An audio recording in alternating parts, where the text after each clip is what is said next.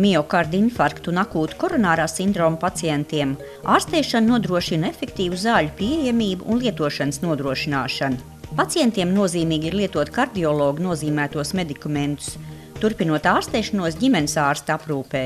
Ņemot vērā medikamentu kompensācijas noteikumus, nevienmēr ģimenes ārsts pacientam var izrakstīt kardiologu rekomendētos medikamentus. Kompensācijas sistēma patreiz ir atžgārna.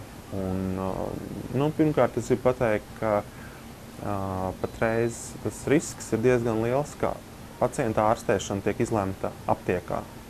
Ja, un tas ir tas, pret ko es noteikti iestātos, jo aptiekā un aptieku ķēdēm ir viņām vien zināmi dažādi veidi un vajadzības pārdot zāles. Ja, un tas ir tas, kas patreiz notiek. Mēs faktiski satraucamies ļoti par to, ka oriģināla kompānijas atbalsta ārstu izglītību, ja, bet tāpat laikā mūs neinteresē, ka šis farmācijas bizness, ja, faktiski, par ko mēs nerunājam, ja, kā vispār notiek medikamentu pārdošana un ieteikšana aptiekā. Kādam ir jāizstāsta arī pacientiem, kāda ir atšķirības starp dārgajām un lētajām zālēm. Bet gluži pateikt tā, ka mēs kādu pacientu vietā tagad izlemsim, ka viņa naudu mēs taupīsim tieši ārstējot viņu ar lētu medikamentu, es domāju, tas nav godīgi. Ja, jo ja mēs pacientam pajautājam, vai viņš tiešām grib šī lētāko vienmēr, vai viņš tomēr ir gatavs piemaksāt un izvēlēties kvalitīvākas zāles, ļoti daudz tam piekrīt. Ja. Tā kā pirmkārt ir jādod šī izvēles iespēja un informācija. Būtu ļoti labi, ja arī zāļu kompensācija kaut nedaudz būtu līdzinātos un būtu pakārtota šādai pieejai, kad pacients var saņemt kaut kādu lētāko references medikamentu, bet var arī izvēlēties piemaksāt starpību un nopirkt dārgāku zāli. Mūsu valstī medikamenti nevienmēr tiek kompensēti saskaņā ar kardiovaskulāro slimību vadlīniju rekomendācijām.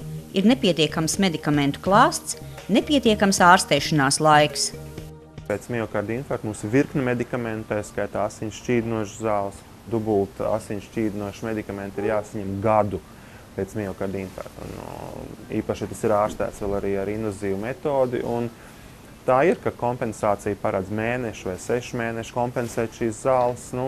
Ir jāpriecājas par to pašu, acīm redzot. Un atkal šeit ir ģimenes ārsta vai speciālistu vieta, kur izdiskutēt ar pacientu, kādas zāles būtu vajadzīgs lietot gadu un kādas ir pacienta iespējas piepirkt šo atlikušo termiņu, kas nepietiek, varbūt piepirkt šīs zāles, lai šīs gads pēc infarkta tik pavadīts droši, ar minimālu risku nākamam sliktam notikumam un arī, protams, maksimāli ārstējošiem.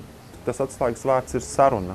Vienkārši jautājums ir, kādam ir jāizskaidro, kādam ir jārunā ar pacientu un galvenais, ko es gribētu visiem pacientiem likt aiz auss, ka, ja jūs aiziet uz aptieku un jums ārsts ir izrakstījis dārgākas zāles, un ja jums aptiekas cilvēks saka, kāpēc jūs neņemat šo lētāko, tad saprotat, ka lielākajā tiesā gadījumā ir zināms pamats, ka pēc vienas zāles maksā tik un otrs maksā tik, un neizlemiet savu ārstēšanu aptiekā. Runājiet, jūs ārstē ārsts, par jums atbild ārsti. Runājiet ar ārstiem, jautājiet ārstiem šos jautājumus, lai ārsti jums paskaidro, kāda ir atšķirības starp divām zālēm, kur viena ir lētāka, viena dārgāka. Akūts kardiovaskulārs notikums ir liels psiholoģisks pārdzīvojums pacientam, tāpēc būtiski ir ģimenes locekļu un draugu iesaistīšana pēchospitālā ārstēšanas etapā. Pacients, kurš skar kardiovaskulāra piepeša katastrofa, tas nāk tā kā zibens spēriens no skaidrām debesīm. Un mēs šajā modernās medicīnas laikmetā varbūt arī jāpraktizē, ka ir ne tik daudz varbūt jārunā par slimību, kā par kaut ko, ar ko tagad tur jārēķinās, bet varbūt par tiem ceļiem, jādod varbūt par tām izejām, ja? Par to, ka ir tagad šī situācija, bet ka mēs varam to tagad ārstēt šādi, apturēt šādi, mēs varam ar to dzīvot, to apslāpējot šādi, un es iedot to formulu, kā pacientam dzīvot maksimāli tuvu tam, kā viņš dzīvoja līdz notikumam, ja vien mēs varam, bet vienkārši mazliet iedot šo recepti. Un mazliet tā kā palīdzēt tiktu atpakaļ vecajās sliedēs. Dr. Strušinskis ir invazīvais kardiologs, kas galvenokārt ārstē pacientus ar akūtu miokarda infarktu vai pacientus, kuriem vēl nav bijis akūts notikums, bet ir nozīmīgi sašaurinājumi koronārajās artērijās. Vai Latvijā pacienti, kas slimo ar sirds asinsvadu saslimšanām, vienmēr var saņemt mūsdienīgu ārstēšanu? Jā, pacienti var saņemt mūsdienīgu ārstēšanu, īpaši akūtajā periodā. Es uzskatu, ka vēl nedaudz piestrādājot, varbūt vēl nedaudz attīstot palīdzību reģionos noteikti. Ja mēs skatāmies ilgākā posmā, mēs nevaram arī noliegt to, ka tas būs atkarīgs arī no pacienta spēju arī tērēt.